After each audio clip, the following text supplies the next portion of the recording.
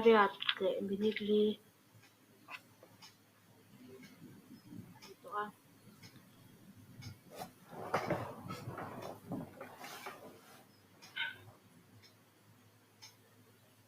masain pathian thu chiari ni lo ngai tha ang chu wangin lalpa chu tri ula ti tak zet le dik takin arong chu bol ula in tha tu ten luiral le ai gupta rama arong an bol thin pathian ti kha pai vek ula lalpa rong bolang chu tin lalpa rong bol hi thalo om anga in sha chuan boina hian tu rong nge in bol don thlang mai ro in tha tu ten luirala arong an bol thin pathian ti kha nge in lua ram amur ho te pathian kha keile ka chung te ero hi zong lalpa ro ania kan bol don ni a keile ka chung te ero hi zong in lalpa ro ania kan bol don ni a athu kan chate lalpan kan sawai tan man Amen. kan tayang lalpa kan pathian du tak min mangai tu imi mangai na te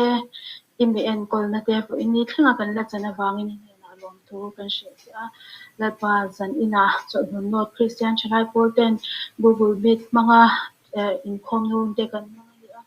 enga te hian lalpa na ngin mi ron te puina kan hun te na ngin kon sa ta che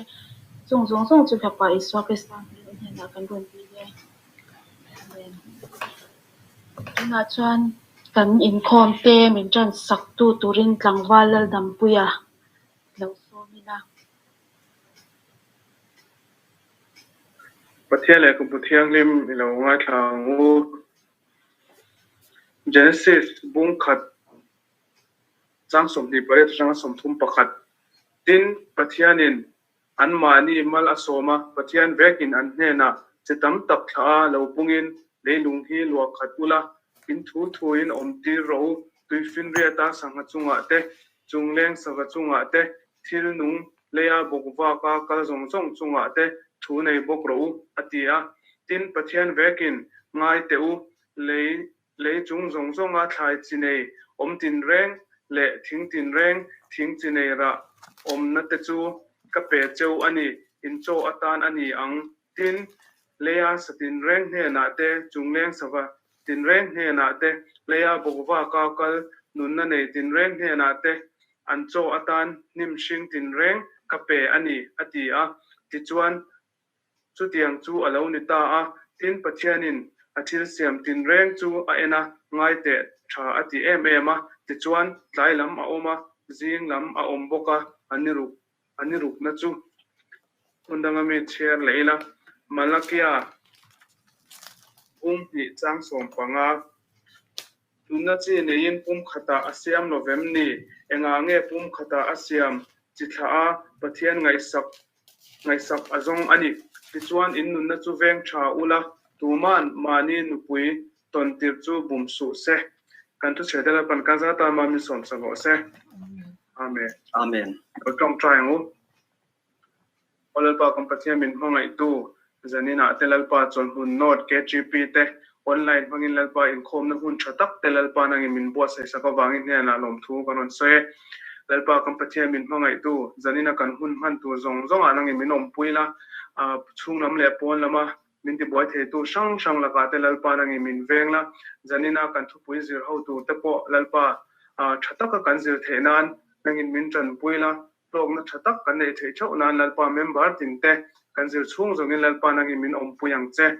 zanin kanin khom chung zonga lalpa nang min venga min om pui turin chung zong choi so pai so krista mengin om se chungin kanon dile Amen. ole tuna chuan kan ziak tu he na tangin puan tur om te a om chuan i lo ngai thang u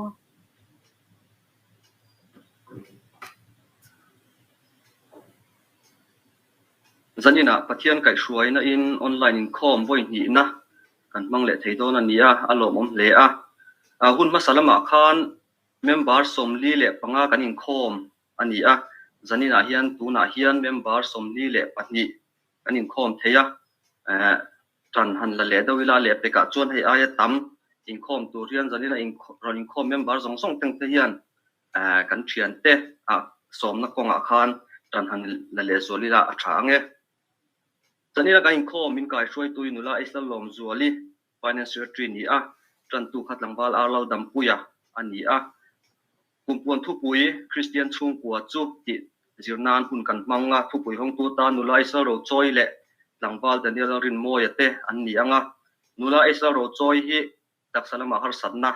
ato wangin ani hian hunaron mang thei don lawa langbal daniel rin moya nena tang hian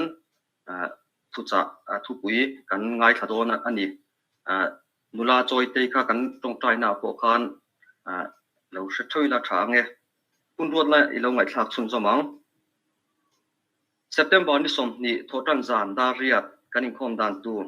troi tu tlangwal lal thleng liana tan tu nula lal eng sangi ril risel na chungchang soi ho na hun kan mang anga te bizana hian tuma aming mera hanin ruat bi kan om lawa member onin khom zong zong te kha chanvo nei tur kan ni ti in ria ila soi ho vek thei turin tuna tangin lo in ruam han lo kila athange October ni li thotan zan da riat kanin khom dan tur poi tu pulal muan chana secretary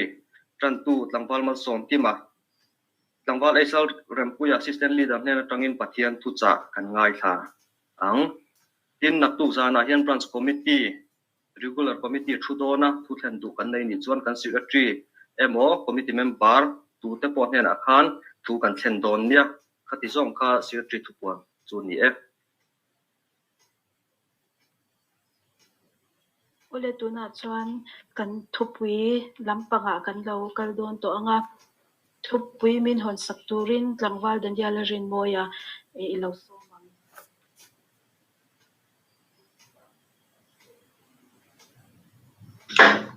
o he zaina hian Christian chung kwa chu ti kan zir donat kumina na kan thupui zir tur pakhatna ania ahun hi apel to ama ro chu ula tragin ti hian kanon zir chananga kan thupui hi abu kan thupui buming hi Christian chung kwa ti nia kumina kan zir tur hi kan zir tur pakhatna chuan zaina kan zir tur hi Christian chung kwa chu ti ania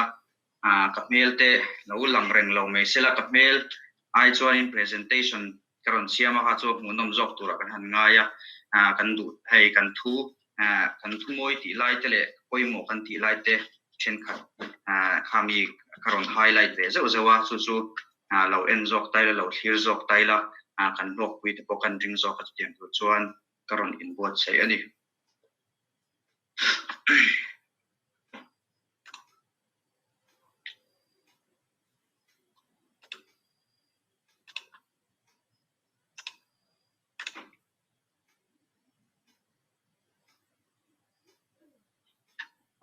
Ika kan hmu thei am le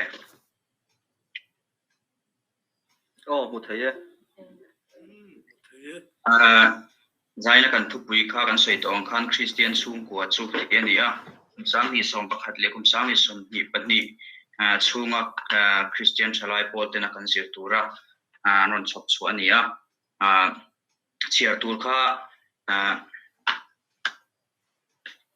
Genesis bung khat chang som hi pariat chang som thum pakhat le malakia bung hi chang som panga ania kan tran tu khan wan chiar to kan chiar to lo mai anga Christian chung ko silfia la sang hi a oma silfia dan po in ang lawa kan sinot pui pa te kon hei an lo in silfia siak na sa an ti ton nge ni kan sinot pui pa te po in an lo silfia na sa thin ma Christian chung ko chang hi Reverend Vanel zo da chuan Christian chung ko ni phung chu Christian da na in nei na in chung ko asiama sa kho dang pathiana belova lal isua chau chandam tu pom tu te chung ko chu Christian chung ko an ni di na silfia adik viawin rinomadi kan ti tan po karinga chuan Christian chung ko chu Christian chung ko ami pathian ne na inzom na nayalal pa mai cham mit lawa phong nung tlat tu om na chung ko apiang hi Christian chung ko ani tin Reverend Vanal bel hian soi vele thungani Isua Krista chu lalle chandam tu apoma lungphu man neya ama pol thin chung ko hi Christian chung ko tin kan soi thayang Christian chung kwa chu har sat na le buai na ina chim lo fel le in ngei taka om na chung kwa chaw ni lovin har sat na le buai na in alen vel na kara po pathian zui sam sam thin te hi an ni mizo Christian tam ber hi Christian chung kwa kan ni anga Christian chung konun dan turai ro chuan kan thlen chin le kan du dan te po Christian chung kwa ni tura kan in be sei dan te po ai nang lo zung theo me chung kwa hi pathian in ngai poimo chung kwa alal na chung kwa din adu ani adama le evite chung kwa atanga tanin chung kwa bokin na to pani mishing le chung ko tro bul bible in min thil chiang le mishing asiam ma sakte chu eden huana ada nupa siama chung kwa adin sakta chung ko kal mang fel fighter ti tu le ti lo tur ei tur le ei lo tur te amal soma akom limbok thina tiang khanin pathianin evili adama tekha atang khan bul atan ani kan zir tur achen sanna aron siama chung ko om chan te tin aron huwa kan zir lai hian chunga pakhat na chu chitha pung turin ti ani chitam takha lo pung turin chitam takha lo punga leilung lo khat ro tin chithamal somna min pe a pathian in aram zaunan chitha pung turin chung ko adin kan ti thayang pathian ngai sak chuang silo chitha ringot ngai to ler biao ringot kha pathian thil tumani lawa khovel zong zong hilal param ani thainan Christian chung ko adin tur ani sarkar le mission khatin panai le man soi moi fochin India ram ngai tua chona tul na lai oma mizo namtan chona dik ve thei to nemni tikha zona lo ni ta sela changkan na hitlem le tamain hatlawa pathian thu hi kan nam choi kam tu zo kani pathian thu kan hu dan le mizo kan pun chak lo dan ngai tuin chithla ko nga hian chan lak le so la ngai ni inalang min chim tu ten fanei tle man tum si lova ke ni kan lo in re bun mai chuan nam dang kuta kan tluk lu hun te po alom theyang ring lo mi ring tu siam hian na mai lo hle a pian bun hi ring tu siam na ol sam takania a pathian thua a zauma chakna keng tu ani pokani tlai chang anon thlen hi poimo khop meya fanei tlem te kanin ti hua mizo te hi kan nam kan la tlema kan ram thlen oma in thla pung sa mei sia chuwa chuan tiang lama te po hian tran kan lak angai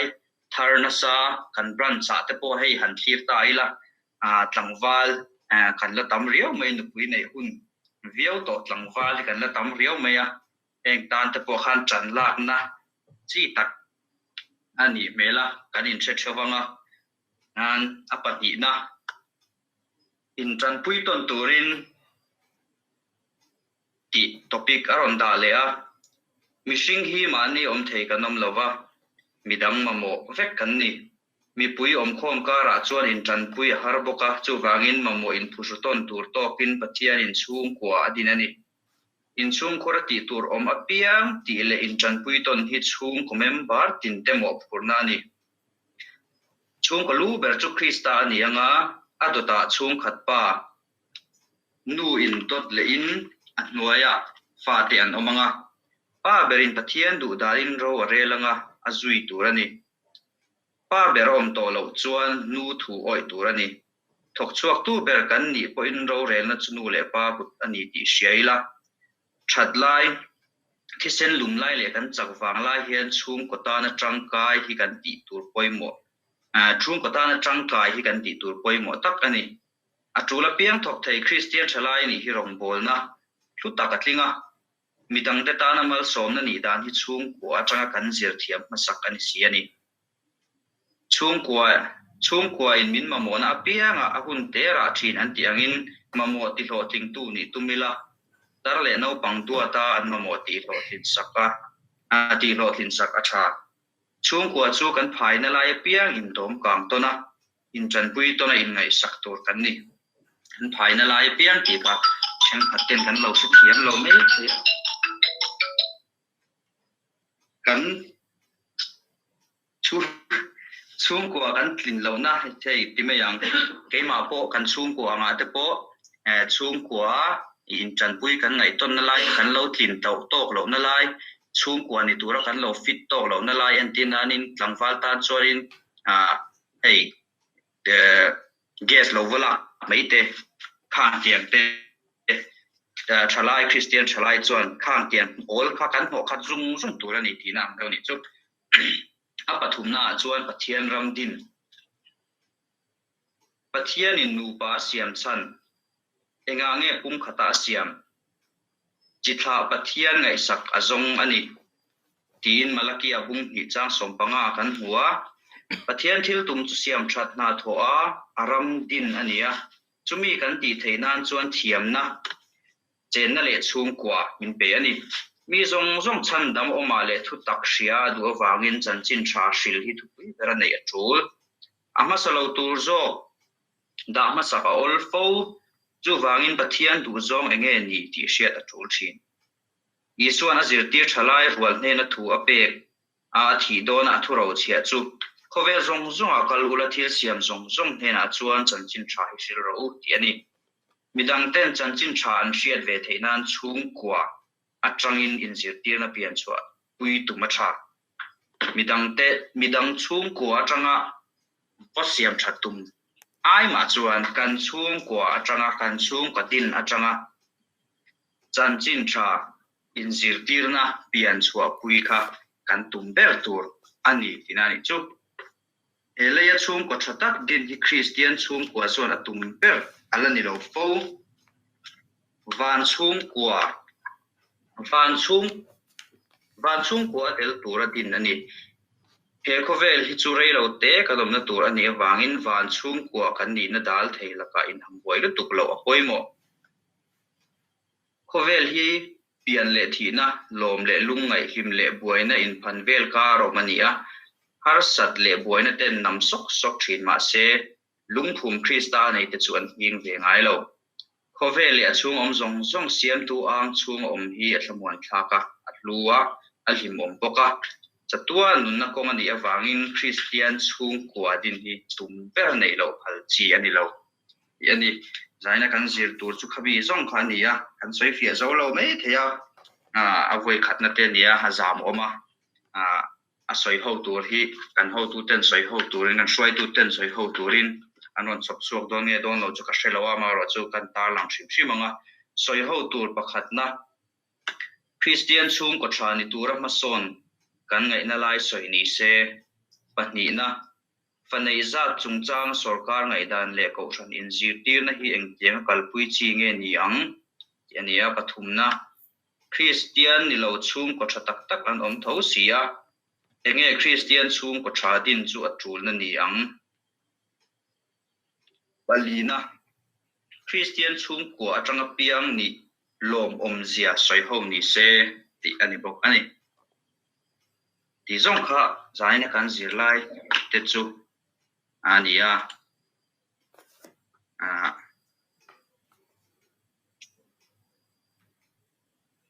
ti khang kan throi tu ku da kan da le to mai dan ne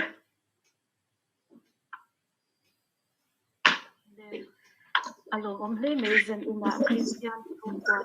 thupui kan zir ho ani a kan thupui ron hong tu a invite sai na te a tha a fia le fel fai takin kan zir theya alom om hle ani ikhanin soi ho tur pali a oma chu kan secretary khanin screen a khana ron da anga soi te po tumila a tha om de kan char chawk ve shim shim ange pakhat na a chuan Christian chung ko tha ni turama son kan ngei na lai soi ni se pahni na pane iza chungchang a sarkar ngai dan le ko shan injir tir na hi engkyanga kalpui chi nge ni ang pathumna Christian ni lo chung ko thatak tak an om tho si a enge Christian chung ko tha din chu a chu na ni ang palina Christian chung ko atanga piang ni lom om zia soi ho ni se ti ani a khamte mang khanin tuna soi ho na hon no honga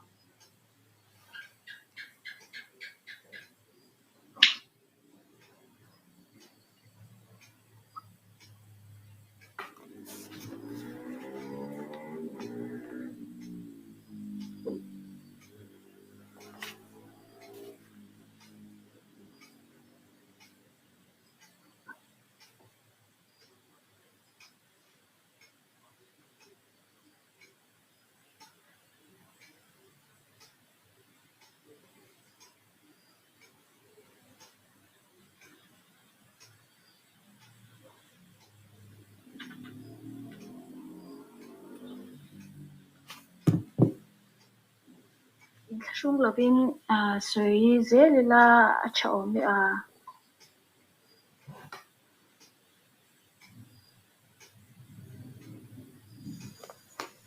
kan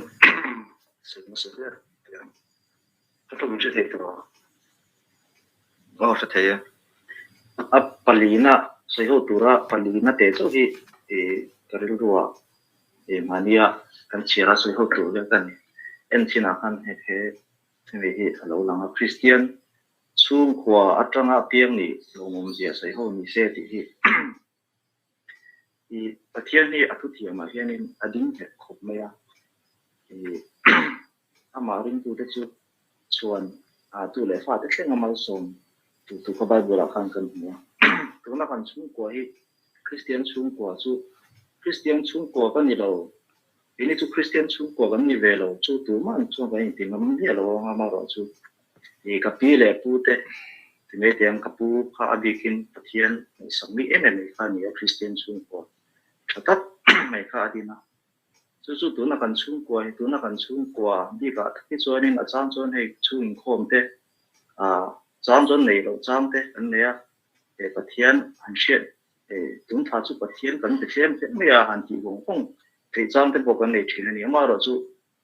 ka pu khan pathian lo ngai sak em wang khanin mal som tam tak kan thu lo thin pathian kan ngai sak lo te reng nen em waling nge tiang za tamal som na hi kan don de ti thei tu pop khan kapuina pathian lo ngai ven na atang khan kan dong se me mani asai thiam lo view me ya em waling nge mi se pa hi asoro puisia drugs te akin sa puisia ma se an ho se em de an van ho se bi an van van di ti em an van flong bi ke me man chung ko te ti te kan nei thime te ni kan ki man le shela te ko te hi a chan ye ko se chu pathian ni china khain pathian ni athu ti ma he na ding he te me ma kha pa anu le pa emo apu le pa thau tu te jina khan pathian ngai sak do tu an oma chumi ni wang chon pathian kha athu ti ma ding ke chia chu wang chuanin mal som na kha Christian chung kwa he ta tanga Christian chung kwa an lo di na tanga kal choje la kha pathian thu tian enge a he jia ti lam tu kha na ma kha ingam pon lo so ma se kha mal som na kha lo dong zel ani ti kha kan sei tua chu wang chuanin ke ni po he nu pui ta nei tu te pathian in rema ti chon nu pui la pasal na dei tu te kan nun thama nga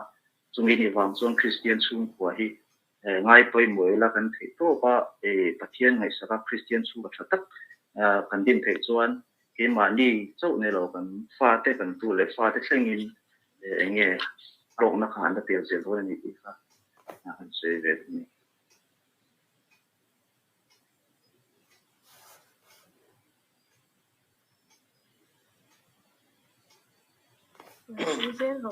kan soi ve nge pakhat na hi kan soi nga kapmel ka tilang lo mai nga tleng tlayang renga kan tho ala ni deu thur boxia Christian chung kot thani tura mason kan ngai na lai soi ho ni se ti hi Christian chung kot tha ni tur chuanin nu le pa thu oi te kan fa te hei kan zirtira hele theilowin ma se an zom lo chuanin an ni kan en kol na hi adik lo nge mani o te hi kan in te khina ei jo har sakhop mai ke veina ka ngai tu charsara ma se nu le pa thu oi na hi alo poimo perani in ka sia ring tu kan ni chuanin ring tu kanin ti ring tu Christian kan ni kanin ti ringot hianin ei hi kan rong bol na thleng hianin ahong phave thin ka sia keima chuanin lelama Christian chung ko hantin tur chuanin in chung chu ber apoimo ema abi chuan nu apoimo le zuala abi kin nu hi apoimo le zualin ka sia keini ang chu na te hi kan lo thok na sa ina te kanom man lawa kan fa te in fuina te til eng kim han ti vela hianin nu hi an lo poimo take o hi ka te in kalu don pon hongwe inu hikati mai zela kai chu ani ka mulo chonin ka au chiam zel mai ni chu wang zon nu hianin fa den lo fui that chuanin Christian chungpo thata adin thei ni in ka ria pa berpo zu le sareng ngai to lawa Christian chungpo kadin ve angai ni kanu puin chuti kati ka fa te ti hianan om si a ti a ril ru hi kan nei hi apoimo in ka ria keima ani ril ru chak ya poimo in ka ria ni chu tak chu chuan abik takin nu le pa thu oi e hi poimo le zual tun thleng hianin si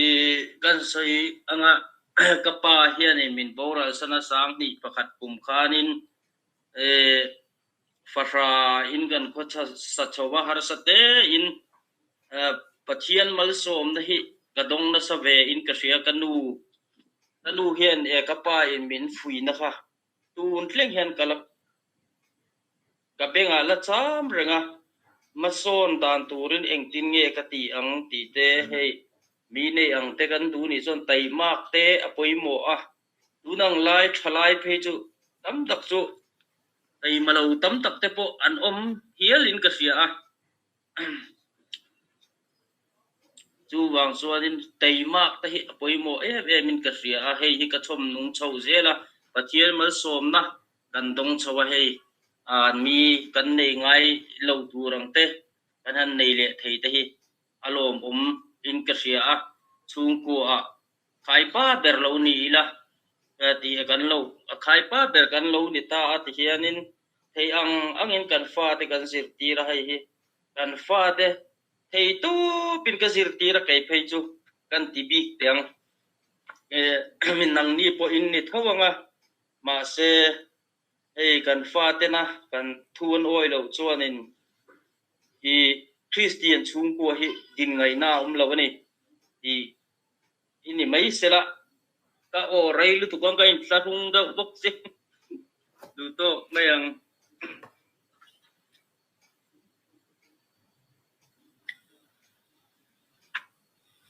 kan no soi ve lo konga ei kumina Christian chung ko kan zir don ni thalai kan am tak chuan ke tri pia zir om lo ni hian ngai theya tun ma ka chon ko san nei chia zir do tura kan ngai kha tu na hian ke tri pi in kumpuana te kan han nei kan han zir ta mei ani ti azir om reng po kan ni in ka ria chan chu mot lir thai kan lei don po hian khal thiam sa nge lir thei nan lei na na chon lir thei po hi arang mel hem lo dawa chu tiang pokin thalai teng te po nupui pasal kan in nei ma Christian chung ko din dan kan lo in zir hian kan chung kwa him dam don ani ti te po kha shetelila chu wang chuan he Christian chung kwa thupui kan zir tu teng po hi awa hian ti thata ka zir chuak turin ka member pui te kan in cha bok ni sena thange soi ho tur pakhat na te hi kan soi chak ve Christian chung ko thani tura ma son ngai na lai soi ni se ma son na tur hi chu ni kan nga anga han soi don chuan ka ngoi poimo to chu Christian chung ko thani tu chuan in kom ngai chung ko in kom ngai hi ning ka ria atlang puin mi zo teng chu ring tu teng te chu asan thau chuan ring tu tha vek kan ni ka ko sana teng te po chung ko in atlang pui hi chu rong bol tu do vek kan ni mai ro chu Christian chung kwa kan din lo na kan ni phak lo na ber hi chu chung kwa hi kan in kom ngai tok lo ning ka ria abi kim chu ta chuan mo phur tu chu thalai te hi kan ni le zuala tu nang lai chun khovel chang kang to ma ni in smartphone te kan lo hum to ma ni ru ma TV te kan lo nei to nu le pa kan u le nau te ti pui thei lo hian ru ma te kan tom na sal tuka phone a teng teng kan tlei lu tuka heng hian chung ko in kom ngai na tur tam takhi adala hemi konga hian zanina he thu pui ron zir tu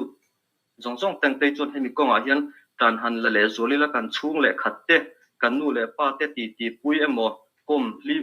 emo i kan sitting room te kan chauka a teng te yan han om tam ve ila chu ti chuan Christian chung kwa midang te o om kan lo ni le zual don ani ti lai te kha kan ron soi ve du lo kan ni e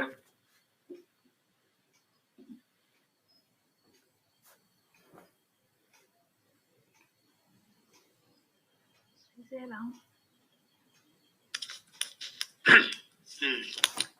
Soi về cái chắc đều view ạ mà sẽ cần thúc bây giờ tụi hi cả lâu sẽ lâu miệng lâu ạ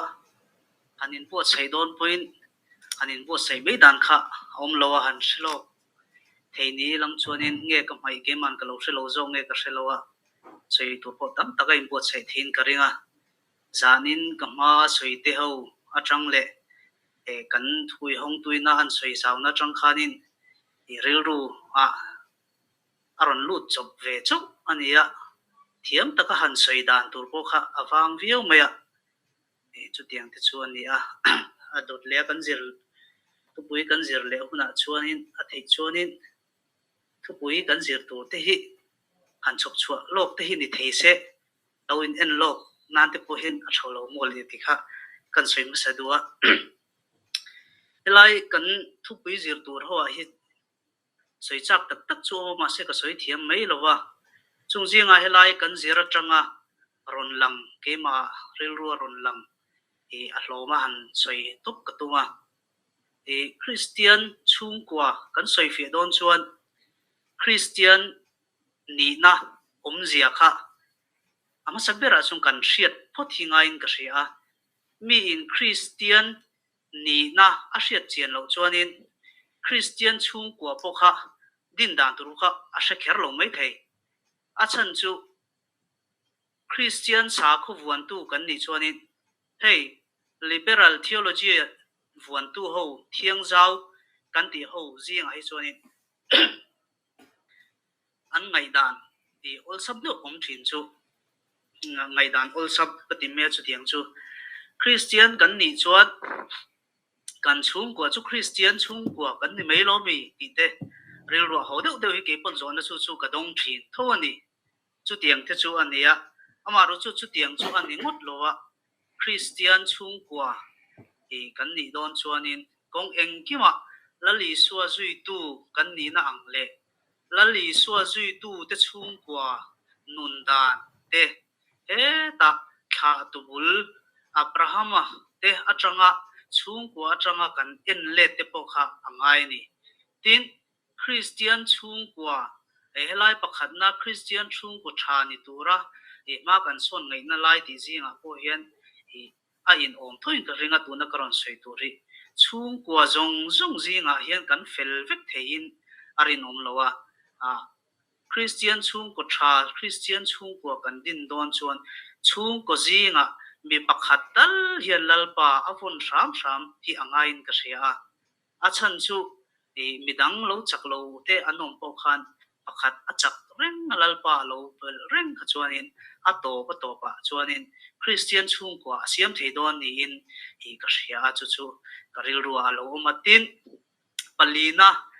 hi kan soi lokang Christian chung ko tanga piang ni lo mom zia sei ho ni se tia hian ni e Christian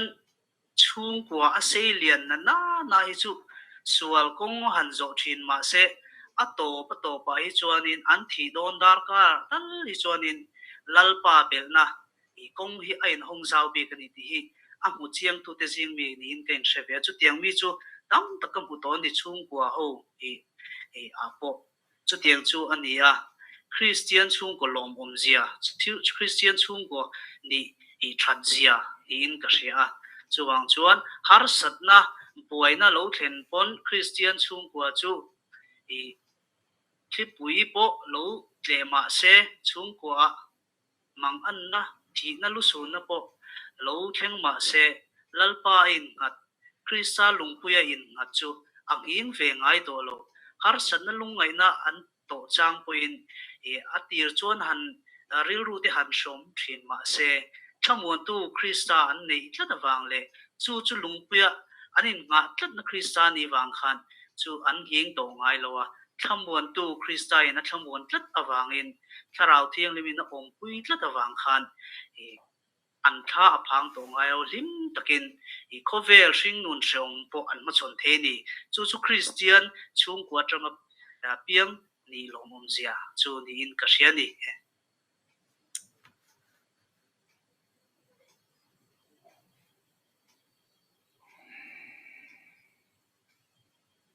chủ đang cần lộ đến oi nó cần xây về lúc không à nia khá sáng nên cần sửa khá ngày nó mang rèn khop mày à mà rồi xây hậu tour tiếng điếc điếc khang karon xây lo nga chỉ thà bún chung trang thế các cần hành xây khá khá bơi mỏ khop mày à ví dụ thế hi chú em bị phần này tiền thì hi lỡ uổng lúc tục tour cần đi lâu à anh đi ăn cho nên uổng rồi à chân chú anh tâm phim phim mà vài hậu hi sang khát chắc som sari paruk borvel pin di rai te phei ka chuan man han la tak tak chu ami pa zo ka hi ching tur te khan han zaya kha tiền te ka mi patam tak kha fan ei the na sia ma ama ro chum ning chiat pha le a tu nu po hian fan ei tlemin la kal puina sa ei in siam te po poisan pe a mei che in siam ang chi te chuan mi sorkhan hatok tan hian child care leave an ti hi an fa te upa pani chin thleng che hi lak thein ta pathum na tang khachon child care leave sei do kan ting te pokal lak phal lo ani a khang zel khan india ramanga chuan fanei tlem hi hian sanskrit na tam tak oma mai ro chu hetilai kan zira daniel an soyang khan kenia chuan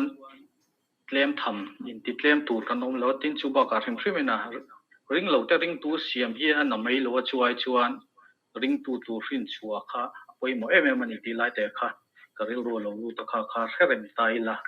mi zawa chuan fanei tlem i kan uar le ma to tu na hi tam zo ki chuan pani pathum hi ni deu zel to a fa hi du huna nei thelo ni lo je hi chiang lu tu ka chu na ke nei la re chom venga mi hring tu ma tum chi ani vak lo ni pathian nei rol lo chuan ka dei tamanga ka nei tle manga ka in sia manga ti hi kan thuam lo ti lai te kha kan tui ni doa chuan Christian chung kwa chung chang hrim hrim kha kan soi chak de chu Christian chung kwa kan soi hian tam tak chu kan thla sung ha la soi po hreom kan ti a fen khatero chuan kan lo hoi chapo de nga la ra chan chu Christian chung kwa hi nge ani engange kan ngai dan ti hin an lo wang ni ta ni atam zo chung Christian chung kwa kan ngai dan chuan fa te po rui lo bu hoi lo amoi to ka ko thane mang sorkhara po na duom tak nei jonna po na duom tak nei fel fai thu tang ai Christian chung kwa kan te na pakhat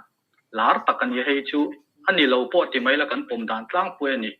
nu ho ina kan pom dan po ni a amai ro chu hei hi reven ban lal bela soi ka ril ruom reng chu Christian chung kwa chu kan vaya fel kuar ai chuan chung ko zinga member pakhatina pathian tri tu lo om thati Christian chung kwa chu ni eka atia hei hi dik pian ka ria fa fel lo wa te nu le fa fel lo wa te hian kan thu om vak lo ko ranu pa fa po alo fel lo thei pastor fa po alo fel lo thei khami ni wang khana nu le pa kha kong dik lo an zo ti na lam ni lo wa arem ro dan he kan khet hiam lo wa tam tak fa nei fel te chuan he ta fa nei fel vak lo te kha Christian chung kwan din lo ti en hian ka den deu thina an chapo puya ma se rui lo ti nu le pa te hi chu ani thakung ngoi a Christian chung ko ka din lo ni hi ti khopina hin dom kun thina hei hi kan ngai dan dik lo deuh me ni a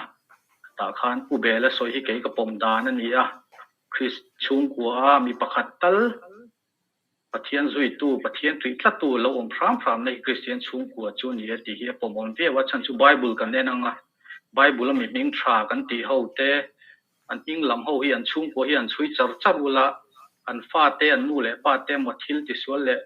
pathian lam hoi lo wang hi nom deuh nu ala ni ming che tak tak no wa te po an ni thowa ka ting khan han chui chho char ula ka soi thui lo nga khalai te khan Christian chung ko kan pom dan hi kan her dang lam hret tuna kan han hu da na hi chuan Christian chung ko ni hi thil har lu tu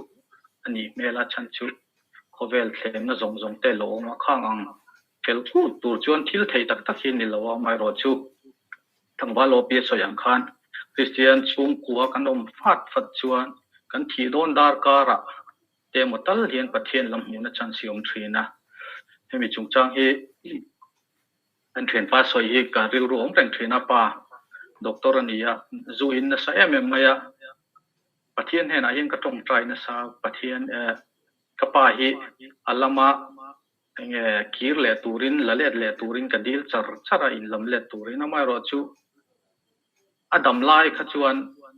apiang thar man lawati ma se adam lai han ti la khami that lai kha chuan a thi don dar ka ra khan pathian mu kha ka tong trai chan da ni ti tu nu hen ka se chuak thara ama zonga thi nu hum rei tak chung ga chu pathian po ka dema ama ho kha ti pathian ka than pol man lo de kha mai ro chu opi so yang che khan pathian hena kan lo tong trai fat hian a top dar ka ra te ma hian pathian hun chan siom thin ti lai te kha kan soi du ni a chuan Christian chung kwa kan ngai dan le Bible atang hian in tin nge kan mu dan ti hi lo siap chiang ve lom tai la tho me ka soi thei zong ni te se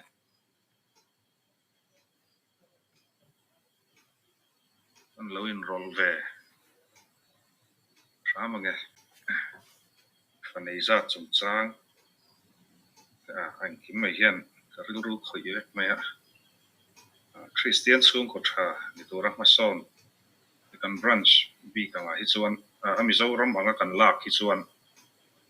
thim zong a che zong a han soi hi chuan tu lai K3P amo a ko thandang a 3KP SAY kan ti ta ponia in mang vak lo pom pon pui nei hi kan tam lu tuka zu le drugs tu lai phe chuan hluare mem chu i ganja pon ti du tolova weed pon ti du tolova tual pon ti du tolova khani tem te tiang zuna sa em te a thim zo han thlir chuan rui hlo han ti lo pot hi i zu amo en po chu ni se kan ma son na tu ni na langa i ei te po za tha viu na nga a thatak ka nei thina ang lai kan cha po na thu ni mi lo se pui kha kan pong po nei ve ka pa hai tu thangin amol pho thak si chu a tur tu chu ke ma khania a sum zong le a en kol thei zong ka chuan in ring tok ve khop mai ma se di office ban pathian thu lal lo na in kha kan din hal ringot mai tu ta chani kan branch ro hi chu alo lom ru thina eng ma ni lo ma ila ka lo chuang ru ve thina member hi ati sual de lek te chu hanom thin ma se chung te po chin OPR on so yang dewin pathian in ala roi chuak me manga ti khania ti tunlai kan mizoram a hian rui hlo hi alal me meya chung tin meya hian tu chu faten kan lo mureng thin se ma se makle de chu tu soi lai chun rang vom wol lam kun chong te khu an fa te zu in lo a K3P pathian ngai sak kon tam le ma tu soi thiam chu a harama se nang le ke ro chu i nu pui ta kan lo nei ve amo pasal ta kan lo nei ve ni chuan pathian hi an tri ve me mila Bible share le trong trai tai mai la chu fa te nan lo mu na chuan chin kan leader on soi ka pom khop mai pastor fa speaker fa ko ran upa fa te po hi man local sual thei ma se pathian thu le pa ber nu ber trong trai lai Bible share lai in khom an kal an committee amo en po an lo mu ka chon kal sual le ma se an ron kir le nge thin ti hi ne ki i manin puan na ni ngem ni lova ngem ka felova ka len ve na pension ta ken Christian chung kwa crusade ka nei line ma mi ta atia ka fanu bial pa po nei ngai lo ai ka sarmon ma chi main i kanuin min ron phone hei fa lo pai klap mai aron tia ka fa pa te pat ni la ni se chung lai chuan zuan la boi ve deva thi mai ka cha ka atia ka bula hian asoya ma se ka hriat chian ta ke mem chu ti pathian ta na ke ka lo pen ka lo au ve ram han ka fa pa te pati le ka fanu hi amin chan chu sakani ka dam lai nge in chu pathian in min hu ti ran ya tia aro pui hi ka tia chu chu atop na ber ka Christian chung ko atanga piang ni lomom zia soi ho ni se khan ron phun tel hal se tin chuwa chon mi pa zong zong ai kan branch big soila hak to kin ki po kan ni ka in soi tela kan lo mu zo ve a pathian in kan tan kan ko pui tu o mang mi min lo pe ni chuan le kan bel lok ke ma nga man bo lo tu na thalo ai amol kho thang lu to thing ta ko to ti ha tin kan min lo pe ni chuan i phak to ni chin David a soi po khan ka ril ruat ne khop mai i thei to bin fa te ka sir ti ra ti kha kan lo ti pu alo ne tin mani pa han soila Christian ni lo ma se ka pa hi ka te te changa kumli nge kum thum kan ni changa jing dar thuma min kai khawa mi pa pali kan nia ni chwa main mo sia thu som pe khi rabikin min bai hat tir thina chon antik lai po hina chiar hi ka mu thina ni a bible amok khawi ei tu nu hian chu chu aloin sir thei khop meya tia pathian khongai na te kan han chan chhota kha chuan e ka pa ti dan tam tak kha kalo sir ve mai ani ti kha chu pa ber poimo na ti kha ni tin fanei za chung changa hian ni e thanem ngai na in ramle nam chung chang ti kan han ti ma se kan thu lo zia i ka tu chianga nu pui te po i du te chuan mel thavak lo wa mo te ti chu kan mu zo ve kang chu tu po hian chu tianga lak lo mmb kan ni ring lo wa kan thu to kang lek lek haku fir fer ang kan tiang de te pon om ve thawang chu ma se nu pui le fanei chung chang hi ka ti ve tata kan thu lo ema ale ring lo mi khutlam pang vai ho te khu an ti la dia kan thian pas biang de khat vek mai la pathu man la damang tiang de khana ni a ka bi glova pathian thil tumi Israel ami te ngei po kun tam mi lovani ti chimral hi kan soina salut tuka so fanei chung chang ero hi chu pathian ta ania ti ni e kan hei se ho te kan mi zo hei sia tu la ya nge trisel thre mmc pakhat ka an han zai chuat ti thin hi chu ka lo vei ru thina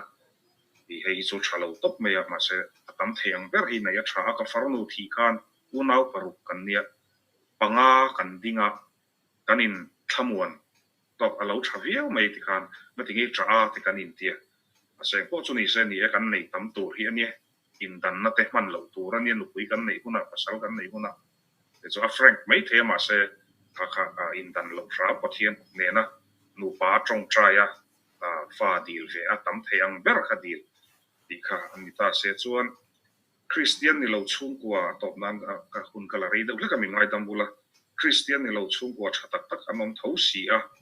enge Christian chung kwa thadin chu trul na ni ang ei kan chung kwa experience atagin karon soile theyanga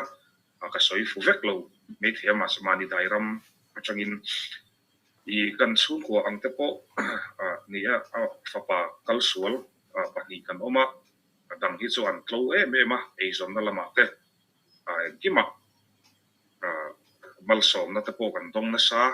chu ti zong chuan ma se kan dang lam na ero chu emi Christian chung kwa hian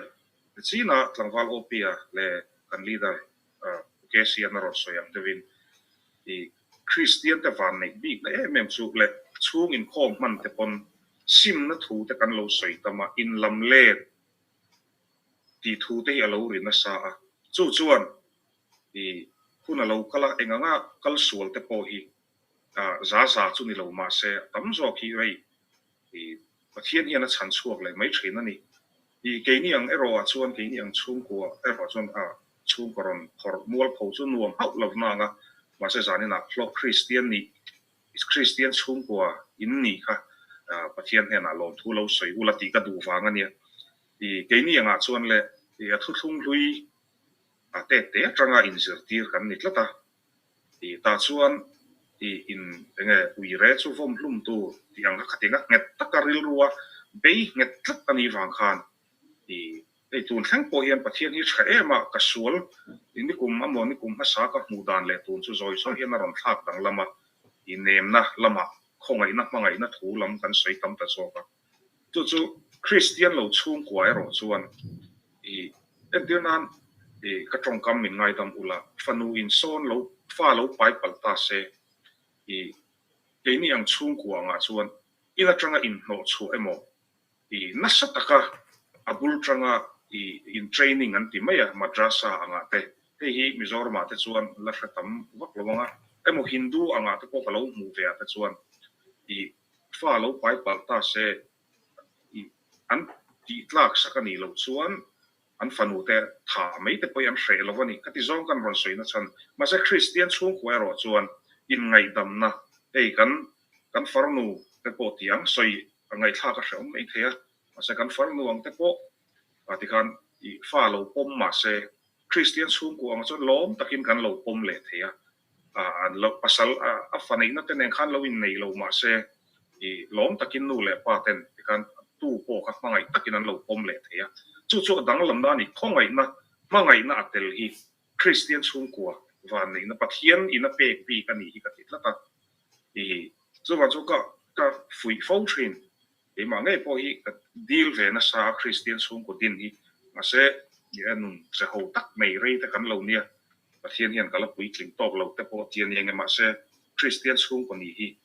i chung in khom nei ring mat pe hi ka lo hlok thlak si ate nei ve ngai lo hian ka chiang khop maya i in fui na thu te suala lo tluma ila atir ta chon han thin rim ve view ma se nu le pa u nau te Christian chung ko chon at nuwa kar khat kar ni an ve chuan in do theina mangai tak in ngai tam na te atelova te hi ni a chung ta chu i ka kim lo view nga hun ta ka la tam to se han soi zau chu ka cha view mangin ka soi thei chung ni a